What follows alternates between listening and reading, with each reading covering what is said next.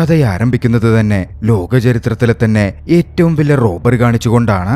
ന്യൂസിൽ അത് റിപ്പോർട്ട് ചെയ്യപ്പെടുകയായിരുന്നു. ശേഷം നമ്മൾ ഡിറ്റക്റ്റീവ് ജെയിംസ് റാൻസമിലേക്ക് പോകുന്നു. ഡിറ്റക്റ്റീവ് ജെയിംസ് എന്ന് ആരെയോ അതിന്റെ പേരിൽ ചോദ്യം ചെയ്യുകയാണ്. കഥ അവിടെ നിന്നും ഒരു ഫ്ലാഷ് ബാക്കിലേക്ക് നീങ്ങുന്നു. എഡ്ഡി എന്ന യുവാവിനെ നമ്മൾ പരിചയപ്പെടുകയാണ്. എഡ്ഡിക്ക് താൻ ജോലി ചെയ്തിരുന്നിടത്ത് നിന്ന് ജോലി നഷ്ടപ്പെട്ടിരുന്നു. തന്റെ മുൻ ബോസുമായി വലിയ തോതിൽ വാക്കുതർക്കത്തിൽ ഏർപ്പെട്ടതിനു ശേഷമായിരുന്നു അത്. എഡ്ഡി അവിടെ നിന്ന് ഇറങ്ങിപ്പോകുമ്പോ ബോസ് തന്റെ ആളെ വിട്ട് എഡ്ഡിയെ തല്ലാൻ ശ്രമിച്ചു. വർഷം 1982 പക്ഷേ അവിടെ ബോസിന്റെ ആളുമായി എഡ്ഡി ഏറ്റുമുട്ടിക്കൊണ്ടിരിക്കെ അങ്ങോട്ടേക്ക് എഡ്ഡിയുടെ ഉറ്റ സുഹൃത്തു വന്നു. ക്രിസ് പോട്ടമൈറ്റിസ് എന്നായിരുന്നു കൂട്ടുകാരന്റെ പേര്. കൂട്ടുകാരന്റെ സഹായത്തോടെ എതിരാളിയെ ഇടിച്ചിട്ട് അവരിരുവരും അവിടെ നിന്ന് രക്ഷപ്പെട്ടു പോവുകയാണ്. പിന്നാലെ ക്രിസും എഡ്ഡിയും ചേർന്ന് ക്രിസിന്റെ അമ്മയ്ക്ക് ഒരു സ്റ്റാറ്റു കൊടുക്കണമായിരുന്നു. അത് കൊണ്ടുചെന്നു കൊടുത്തു. ഡീന പോട്ടമൈറ്റിസ് എന്നായിരുന്നു ക്രിസിന്റെ അമ്മയുടെ പേര്. അന്ന് രാത്രിയിൽ ക്രിസ് അവിടുള്ള പഴയൊരു ക്ലബിലേക്ക് ചെന്നു. കുറ്റവാളികളൊക്കെ നിറഞ്ഞാടുന്ന തരം ഒരു ക്ലബ്ബാണത്. അവിടെയായിരുന്നു ക്രിസിന്റെ അച്ഛനുണ്ടായിരുന്നത്. വർഷങ്ങളായി അവന്റെ അച്ഛൻ അവിടെ ക്ലീനിംഗ് ജോലി നോക്കുകയാണ്. ടോമി പോട്ടമൈറ്റിസ് എന്നായിരുന്നു ക്രിസിന്റെ അച്ഛന്റെ പേര്. തന്റെ അച്ഛൻ അവിടെ തീർത്തും ഒരു വിലയുമില്ലാതെ തനി വേലക്കാരനെ പോലെ ക്ലീനിംഗ് ജോലികൾ ചെയ്യുന്നത് ക്രിസിനത്ര ഇഷ്ടപ്പെടുന്നുണ്ടായിരുന്നില്ല.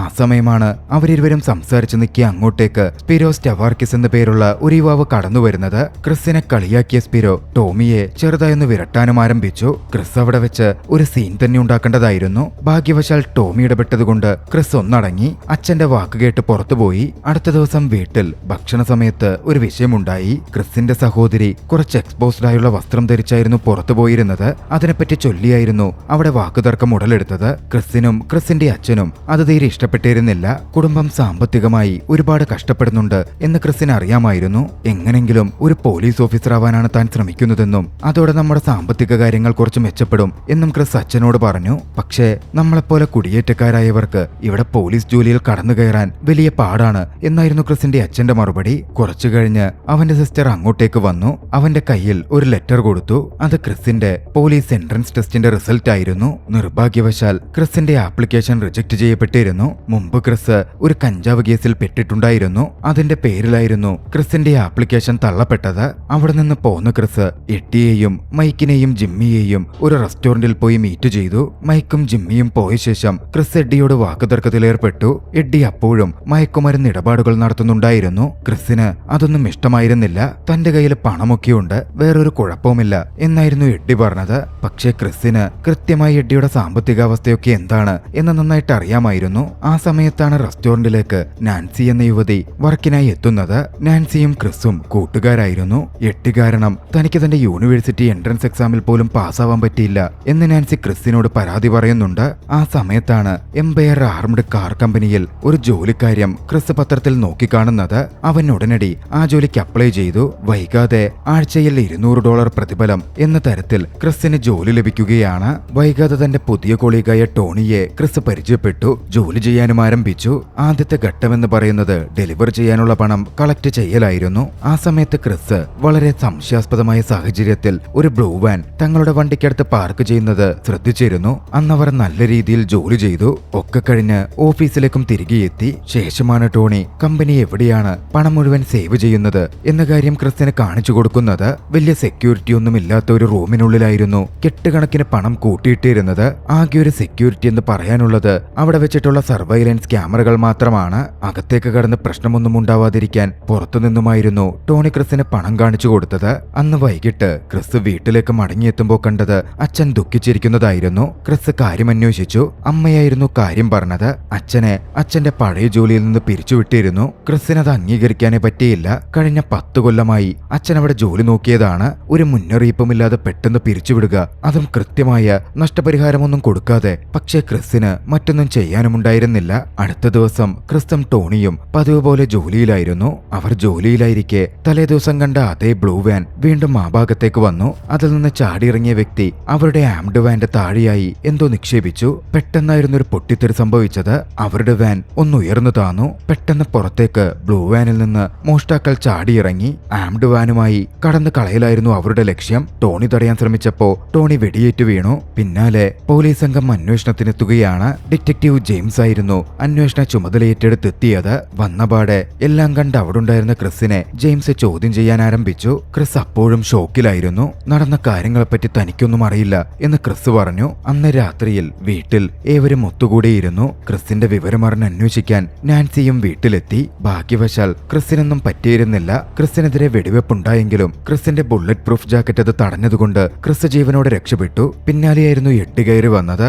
എഡ്ഡി വന്നതോടെ ഏവരും അവിടെ നിന്ന് മാറി. അവരാർക്കും തന്നെ എഡ്ഡിയെ വലിയ താല്പര്യമില്ലായിരുന്നു. അടുത്ത ദിവസം മുതൽ ക്രിസ് വീണ്ടും ജോലിക്ക് പോയി തുടങ്ങി. നടന്ന സംഭവം കൊണ്ട് ക്രിസിനെ ഡിമോട്ട് ചെയ്തിരുന്നു. ഒരു നൈറ്റ് വാച്ച്മാൻ ആയിട്ടായിരുന്നു ക്രിസിന് പൊസിഷൻ ലഭിച്ചത്. അങ്ങനെ സമയം സന്ധ്യയോടെടുത്തു. പുറത്ത് ഡെലിവറിക്കായി പോയിരുന്നവർ വാനിൽ പണവുമായി വന്നു തുടങ്ങി. പക്ഷേ പണം സ്റ്റോറേജിലേക്ക് മാറ്റിയില്ല.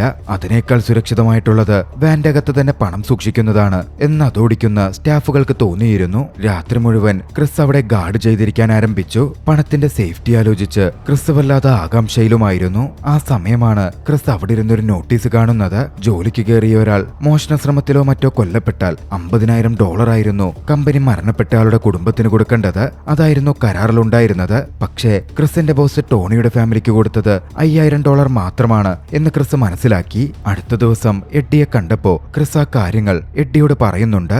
എഡ്ഡി അതോടെ ക്രിസിനോട്, നിനക്കങ്ങനാണെ ഒരുപാട് സെക്യൂരിറ്റി ഒന്നുമില്ലേ, അവിടെ നിന്ന് കുറച്ചു പണം അങ്ങ് അടിച്ചു മാറ്റിക്കൂടെ എന്ന തരത്തിൽ ചോദിച്ചു.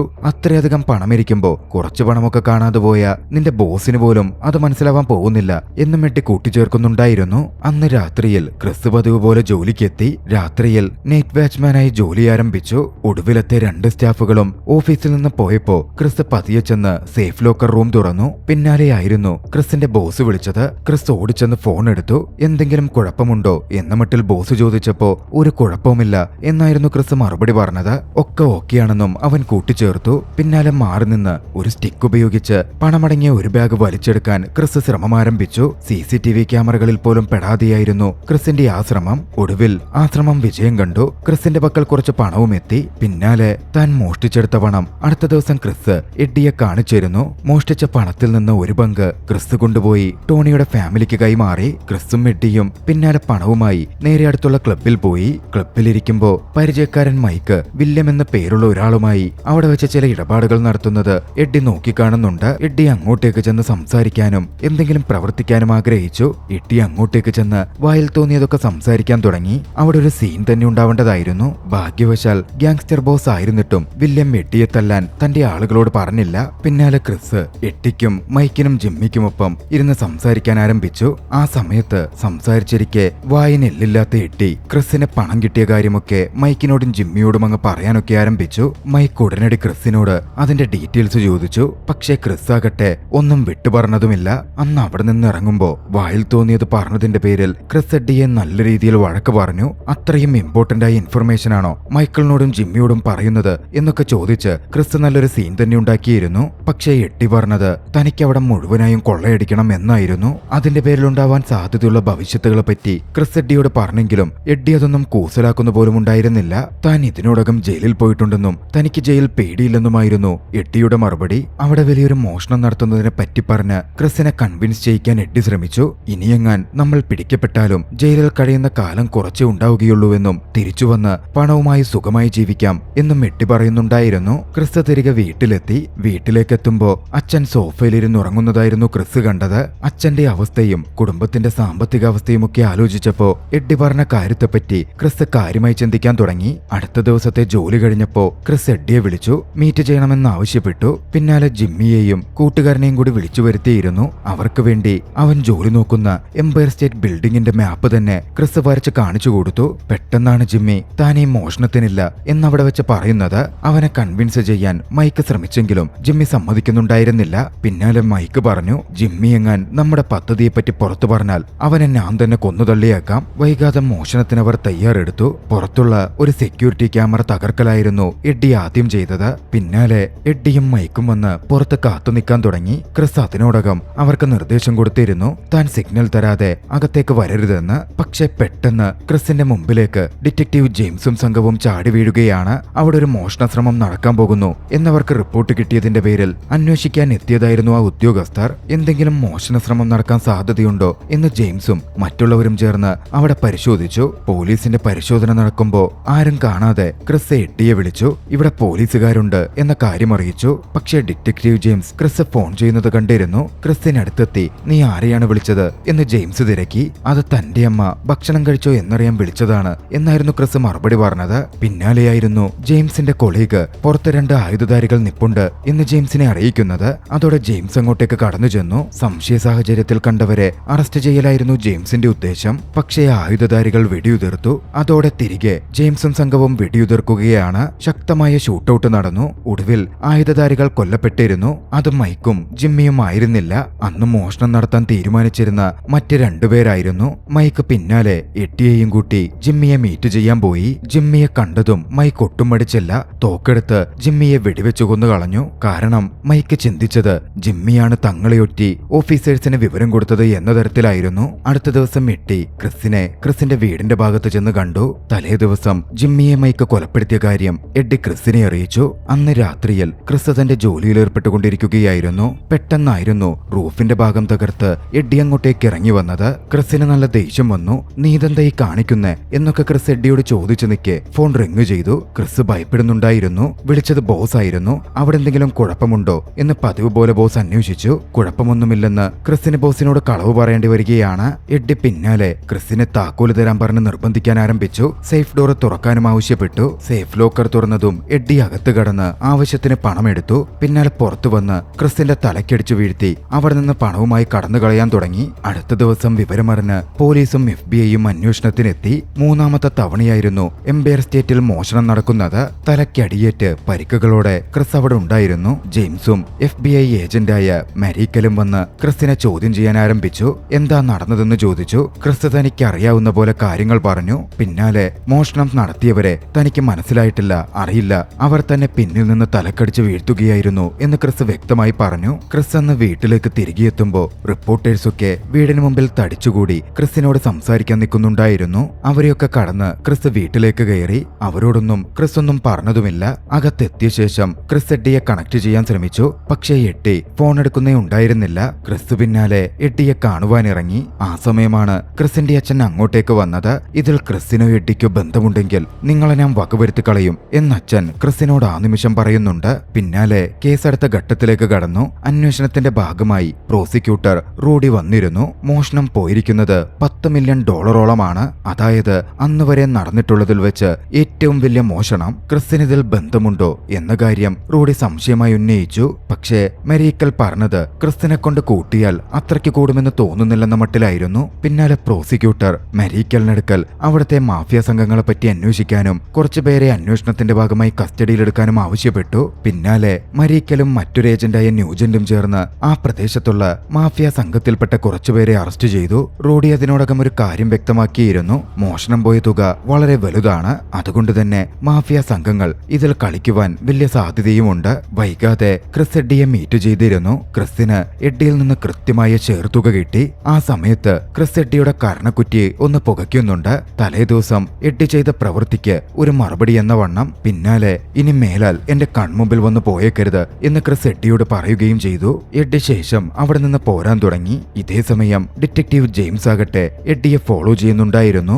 എഡ്ഡി നേരെ പോയി മൈക്കിന്റെ കാറിൽ കയറി. എഡ്ഡിക്ക് തന്റെ കൂടെ ജോയിൻ ചെയ്യാൻ താല്പര്യമില്ലെങ്കിൽ എഡ്ഡിയെ കൊന്നുകളയും എന്ന് മൈക്ക് ഭീഷണിപ്പെടുത്തുകയും ചെയ്യുന്നുണ്ടായിരുന്നു. മൈക്കിന്റെ കൂടെ എന്ത് കാര്യത്തിനും താൻ വരാമെന്നും പക്ഷേ ക്രിസിനെ ഇനിയൊന്നിലേക്കും വലിച്ചിഴക്കരുത് എന്നും എഡ്ഡി ആ സമയം മൈക്കിനോട് പറഞ്ഞു. പിന്നാലെ ഡിറ്റക്റ്റീവ് ജെയിംസ് ആകട്ടെ സംശയാസ്പദമായ സാഹചര്യത്തിലുള്ള കുറ്റവാളികളുടെ ചിത്രങ്ങൾ വെച്ച് പരിശോധിക്കാൻ തുടങ്ങി. പരിശോധനയിൽ മൈക്കും എഡ്ഡിയും മുൻകാല കുറ്റവാളികളാണെന്നും ക്രിസുമായി ബന്ധമുള്ളവർക്ക് മോഷണത്തിൽ പങ്കുണ്ടാവാൻ സാധ്യതയുണ്ട് എന്നും ജെയിംസ് വിലയിരുത്തി. അന്ന് രാത്രിയിൽ ക്ലബിൽ വെച്ച് സ്പിറോ മൈക്കിനോട് ജിമ്മിയെപ്പറ്റി ചോദിച്ചു. ജിമ്മിക്ക് ഒരുപാട് വർക്കുകളുണ്ടെന്നും അതുകൊണ്ടാണ് ഇന്ന് തങ്ങളുടെ കൂടെ ജോയിൻ ചെയ്യാൻ വരാതിരുന്നത് എന്നുമായിരുന്നു മൈക്ക് കളവ് പറഞ്ഞത്. പിന്നാലെ അങ്ങോട്ടേക്ക് ഡിറ്റക്റ്റീവ് ജെയിംസും മറ്റൊരു ഓഫീസറായ ജോൺസണും കടന്നു വന്നു. തങ്ങളവിടെ പ്രശ്നത്തിന് വന്നതല്ലെന്നും എംപയർ എസ്റ്റേറ്റിൽ നടന്ന റോബറിയുമായി ബന്ധപ്പെട്ട് മൈക്കിനെ ചോദ്യം ചെയ്യാൻ വേണ്ടി മാത്രമാണ് തങ്ങൾ എത്തിയിരിക്കുന്നത് എന്നും അവിടെയുള്ളവരോട് ജെയിംസ് അറിയിച്ചു.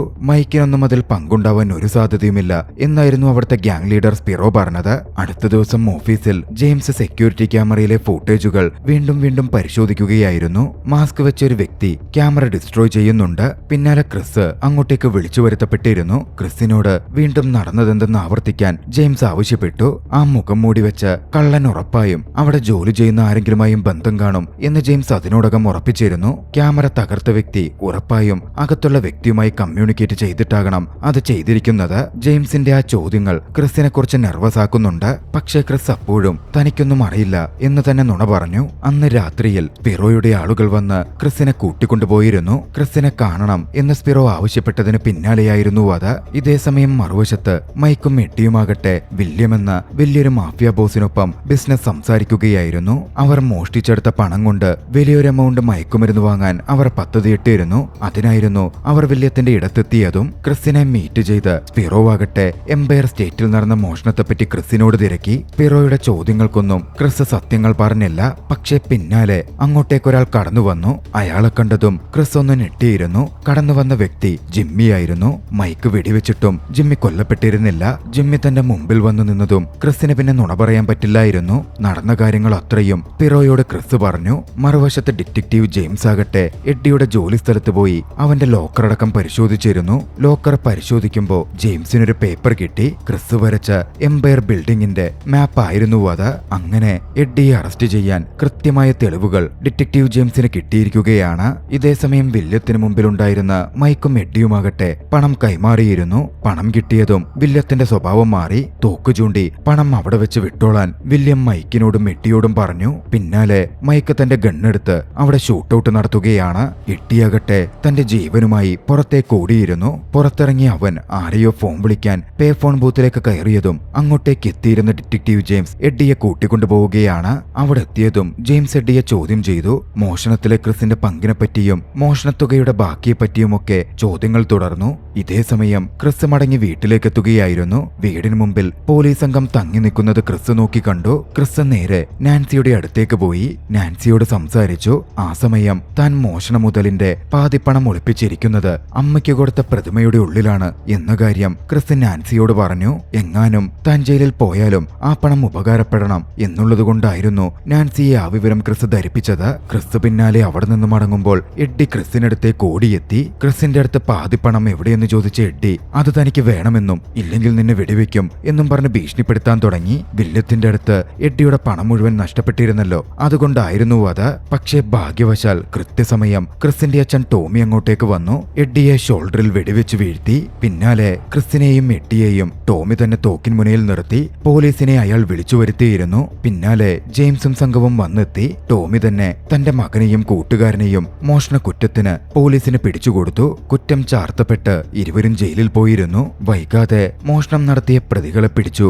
എന്ന വാർത്തയും പുറത്തു വന്നു. പക്ഷേ പോലീസ് സംഘത്തിന് മോഷണം മുതൽ വീണ്ടെടുക്കാൻ സാധിച്ചിരുന്നില്ല. ഇന്നേവരേക്കും ആ പണം പിന്നീട് കണ്ടെത്തിയിട്ടുമില്ല. ക്രിസും എഡ്ഡിയും 1991 ഒക്ടോബർ 10 ജയിൽ മോചിതരായി. മിക്കവാറും ആ പണം മുഴുവൻ ക്രിസിന്റെ ഫാമിലി ഉപയോഗിച്ചിരിക്കണം. നാൻസിക്ക് ക്രിസ് വിവരം കൈമാറിയിരുന്നല്ലോ. ആ ദൃശ്യങ്ങളോടെ ചലച്ചിത്രം അവസാനിക്കുന്നു. യഥാർത്ഥ സംഭവകഥയെ അധികരിച്ച് ചിത്രീകരിക്കപ്പെട്ട ഈ ചലച്ചിത്രം നിങ്ങൾക്കിഷ്ടമായെങ്കിൽ വീഡിയോ ലൈക്ക് ചെയ്യുക. അഭിപ്രായങ്ങളും നിർദ്ദേശങ്ങളും കമന്റുകളിൽ രേഖപ്പെടുത്തുക. കഴിയുമെങ്കിൽ ചാനൽ സബ്സ്ക്രൈബ് ചെയ്തും കൂട്ടുകാർക്ക് ഷെയർ ചെയ്തു കൊടുത്തും ഞങ്ങളെ സപ്പോർട്ട് ചെയ്യുക. അടുത്ത എപ്പിസോഡിൽ മറ്റൊരു മികച്ച ചലച്ചിത്രവുമായി നമുക്ക് കണ്ടുമുട്ടാം. അതുവരെ ബൈ.